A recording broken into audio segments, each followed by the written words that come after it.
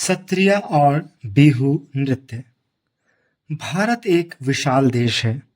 इसकी रंग-बिरंगी, सुंदर, प्राचीन और जीवन से भरी संस्कृति पूरी दुनिया में अनोखी है। भारत के प्रत्येक स्थान का नृत्य, संगीत, कला, खान-पान, भाषा, पहनावा, रहन-सहन के तरीके सब कुछ इतना मोहक है कि पूरी दुनिया से लोग भारत की ओर खींचे चले आते हैं। इस पाठ में भी एक परिवार एक दूसरे देश से भारत में आया है। आइए पढ़ते हैं कि वे कौन हैं, भारत में कहाँ आए हैं और क्यों आए हैं। एंजेला लंदन के जाने-माने इलाके केजिंगटन में रहती थी। उसका स्कूल घर से दूर नहीं था। उसका कोई सगा भाई बहन भी नहीं था। उसे जेम्स और कीरा नाम के दोस्तों के साथ समय बिताना पसंद था। वे सब आपस में मिलकर कई काल्पनिक खेल खेला करते थे। उन्हें ऐसी कहानियों का पात्र बनने में मजा आता था जिनमें दूर दराज की दुनिया का जिक्र हो। एंजेला को हर उस कहानी से प्यार था जिसमें उसे ताजमहल, एफिल टावर या कोलोजियम की यात्रा पर जाना हो। उसे बिल्कुल अंदाजा नहीं था कि जल्दी ही यात्राओं की उसकी ये कहानियां सच साबित होने वाली हैं। एंजेला की माँ एलेसेंड्रा एक डॉक्यूमेंट्री फिल्म निर्माता थी। उन्हें लंदन की ब्रिटिश अकादमी से असम की नृत्य परंपरा पर एक डॉक्यूमेंट्री बनाने के लिए वित्तीय मदद दी गई थी। पेचीदा बात यह थी कि उनके पास इस काम को पूरा करने के लिए सिर्फ 1 महीने का वक्त था। उन्होंने एंजेला के स्कूल से उसकी बसंत की छुट्टियों को 1 हफ्ते और बढ़ाने की अनुमति ले ली, जिससे एंजेला और उसके पिता ब्रायन भी उनके साथ जा सके। एंजेला बहुत जल्दबाजी में बनाई गई इस यात्रा की योजना से हैरान थी, पर उसकी माँ समय से यह काम पूरा कर सके, इसलिए वे सभी जल्दी ही तैयार हो गए। जब तक एंजेला कुछ समझ पाती, तब तक वह लंदन से नई दिल्ली होते हुए गुवाहाटी की उड़ान पर थी। यात्रा के दौरान माँ ने एंजेला को असम की खूबसूरती की बारे में कुछ बातें बताईं। असम भारत के उत्तर पूर्वी क्षेत्र में है, जिसे अपने वन्य जीवन, रेशम और चाय के बागानों के लिए जाना जाता है। इसके साथ असम में नृत्य की भी एक समृद्ध परंपरा है। एलेसेंड्रा की डॉक्यूमेंट्री के केंद्र में असम के जनजीवन में नृत्य के महत्व को तलाशना था। वे जब यहाँ आ रहे थे तब अप्रैल का महीना चल रहा था। असम में यह एक नए साल का वक्त होता है। बसंत के आने की खुशी में वे सभी एक त्योहार मनाते हैं जिसे बिहू कहा जाता है। एंजेला उसी रात इसे देखने जाने वाली थी। गुवाहाटी के एक होटल में सामान्य होने के बाद वे उसी शाम पास के एक गांव मलंग में गए। गांव पहुंचने पर माँ ने एंजेला को बताया कि बिहू एक कृषि आधारित त्योहार है। भारत में जनसंख्या का एक बड़ा हिस्सा किसानों का है। असम में बिहू साल में 3 बार मनाया जाता है। सबसे पहले जब किसान बीज बोते हैं, फिर जब वे धान रोपते हैं और फिर तब जब खेतों में अनाज तैयार हो जाता है। एंजेला कार से उतरी। वहां आसपास उत्सव जैसा माहौल देखकर वह हतप्रभ थी। वहां एक बड़े से बरगद के पेड़ के नीचे मंच बनाया गया था। वह जगह लोगों से भरी हुई थी। एंजेला ने एक पेड़ के नीचे एक साथ इतने लोगों को पहले कभी नहीं देखा था। वहां खुले आसमान के नीचे लोगों के बीच बैठकर उसे ऐसा लग रहा था जैसे वह आश्चर्यजनक रूप से किसी टाइम मशीन में आकर बैठ गई हो, या क्या वह उस वक्त किसी सपनों की दुनिया में थी। वह मंत्रमुग्ध होकर वहां लड़के लड़कियों को बसंत ऋतु के आगमन पर नृत्य करते देख रही थी। एंजेला ने इस बात पर ध्यान दिया कि लड़कों ने वाद्य यंत्र ले रखे हैं और लड़कियों ने लाल और बादामी रंग की गहरी डिजाइन वाली खूबसूरत पोशाक पहन रखी है। वे सभी काफी रंगीन और मस्त लग रहे थे। उनका हिलता डुलता शरीर, हाथ पैर की हलचल से समझ आ रहा था कि वे मौज मस्ती के नृत्य में खोए हुए हैं।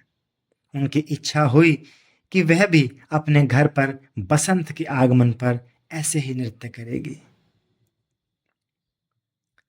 बिहू नृत्य और इसके उत्सव से अचंभित एंजेला और उसके परिवार ने इसके साथ साथ लजीज पकवानों का पूरा आनंद लिया। जब वे वापस लौटे तब माँ ने एंजेला से पूछा कि उसे बिहू कैसा लगा। एंजेला के मन में कई तरह के विचार चल रहे थे। उसे अच्छा लगा कि इस उत्सव और नृत्य दोनों को बिहू कहा जाता है।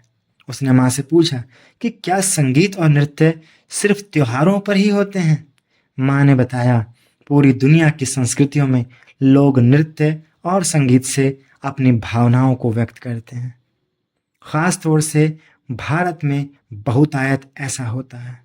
असम का बिहू नृत्य ग्रामीण जनजीवन के साथ साथ फसल के लगाने से लेकर बसंत के आगमन तक से जुड़ा हुआ है।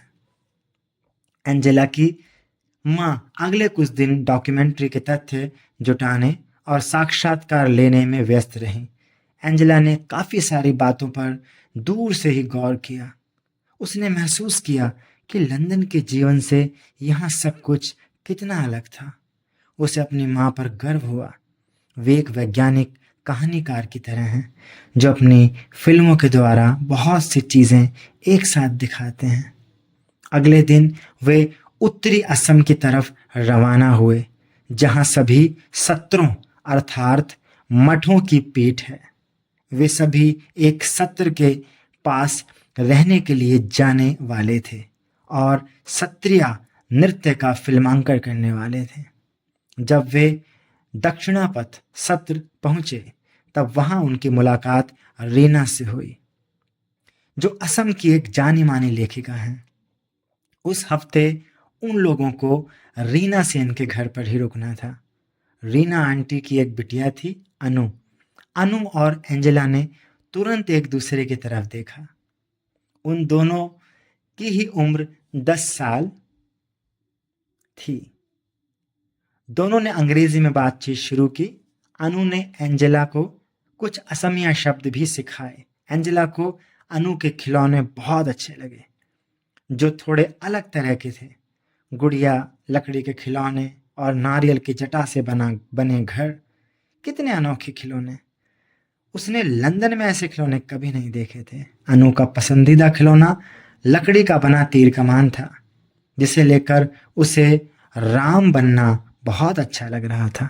एंजेला उसकी विरोधी बनी थी, शक्तिशाली रावण। वे एक साथ खेल रहे थे। उस कूद फांद और लड़ाई का कोई अंत नहीं था। एंजेला और अनु ने देखा कि एलेसेंड्रा ने वैष्णव मठ के सभागार में नृत्य कर रहे युवा साधुओं का फिल्मांकन किया।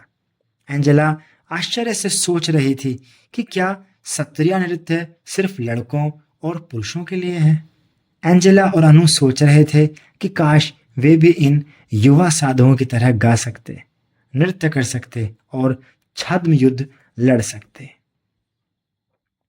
माँ ने एंजेला को बताया कि 20वीं शताब्दी के मध्य में कुछ साधु मठों से बाहर आकर पुरुषों और महिलाओं को सत्रिया नृत्य सिखाने लगे।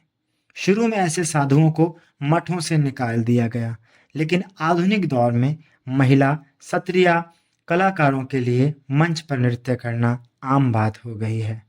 उस रात माँ महिला सत्रिया नृत्यांगनाओं का फिल्मांकन करने लगी। एंजेला बहुत उत्साहित थी। उसने रीना आंटी से आग्रह किया कि वे अनु को भी सत्रिया नृत्य में महिला नृत्य को देखने के लिए साथ आने दें। आंटी ने स्वीकृति दे दी। उस रात अनु और एंजेला सत्रिय नृत्य देखने गए, जिसमें भगवान विष्णु के 2 द्वारपालों जय विजय की कहानी थी। पर्दा उठा और एंजेला ने देखा कि सफेद पगड़ी नुमा टोपी में 2 महिलाएं नृत्य और नाटक की शैली में कमाल का अभिनय कर रही हैं।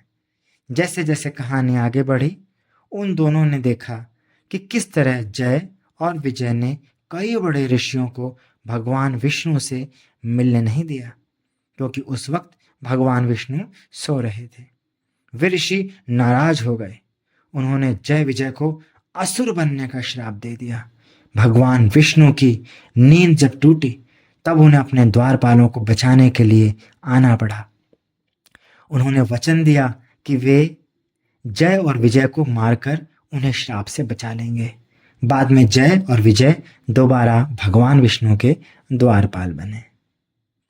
एंजेला को यह कहानी नाटकीय और दिलचस्प लगी। सत्रिया महिला नृत्यांगनाओं ने जिस प्रकार की शक्ति, बल और आकर्षण प्रदर्शित किया, वह अद्भुत था। एंजेला को लगा कि उन महिला कलाकारों की प्रस्तुति सत्रिया नृत्य करने वाले पुरुष कलाकारों से भी बेहतर थी। इसके बाद के दिनों में अनु और एंजेला के ख्यालों में बस सत्रिया नृत्य ही घूम रहा था। उन दोनों ने स्वर्ग के द्वारपाल जय विजय की तरह हथियार और तलवार चलाते हुए नृत्य किया। एलेसेंड्रा बच्चों की इस उत्सुकता को समझ गई और वे उन्हें सत्रिया कलाकारों के होने वाले साक्षात्कार में साथ ले गई। एंजेला और अनु अब बहुत खुश थीं। उन नृत्यांगनाओं के नाम प्रिया और रीता थे। वे लड़कियों को सत्रिया और बिहू की कुछ खूबसूरत मुद्राएं और बारीकियां सिखा रही थीं। एंजेला अत्यधिक प्रसन्न थी। वापस लौटने के बाद भी वह चलने, खाना खाने और यहाँ तक कि खेलने के दौरान भी नृत्य करती रही। वापस लंदन जाने के बाद वह उन सभी रिकॉर्डिंग्स को देखती रही जो उसकी माँ ने रिकॉर्ड की थी। पूरे उत्साह के साथ वह असम की समृद्ध नृत्य परंपरा को याद करती रही। रंग बिरंगा, सत्रिया और आनंदित करने वाला बिहू। माँ उसकी गहरी रुचि को समझ गई और उन्होंने पापा के साथ मिलकर एंजेला के लिए असमी नृत्य पर एक शानदार योजना तैयार की। एंजेला ने लंदन में अपनी कक्षा में स्वयं किए गए नृत्य की वीडियो रिकॉर्डिंग के साथ उसका प्रदर्शन किया। उसके सहपाठियों और शिक्षकों को यह बहुत पसंद आया। एंजेला इस बात से बहुत रोमांचित थी कि वह असम के खूबसूरत नृत्यों की झलक उन सभी को दिखा पाई। उसे बहुत अच्छा लग रहा था। माँ को भी हर बार ऐसे ही अच्छा लगता होगा जब वे कोई फिल्म बनाती होंगी। अब एंजेला के पास अपने लिए असम के नृत्यों, बिहू और सत्रिया के साथ अपना खुद का मनोरंजन था। लेखिका जया मेहता, अनुवादक शिवेंद्र कुमार सिंह। लेखिका से परिचय। जया मेहता एक नृत्यांगना हैं, लेखिका हैं, शिक्षिका हैं और आप जैसे बच्चों की मित्र भी हैं। इसलिए तो वे इतनी सरलता से आपके लिए भारतीय नृत्यों की सुंदरता और बारीकियों को शब्दों में पिरो लेती हैं। इनका जन्म 1977 में हुआ। यह पाठ उनकी भारतीय नृत्यों से जुड़ी एक पुस्तक नृत्य कथा से लिया गया है, जिसका हिंदी अनुवाद शिवेंद्र कुमार सिंह ने और चित्रांकन सुरुबा नतालिया ने किया है। जया मेहता स्वयं भी ओडिसी नृत्य में पारंगत हैं और कई वर्षों से देश विदेश में नृत्य प्रस्तुतियां दे रही हैं। धन्यवाद।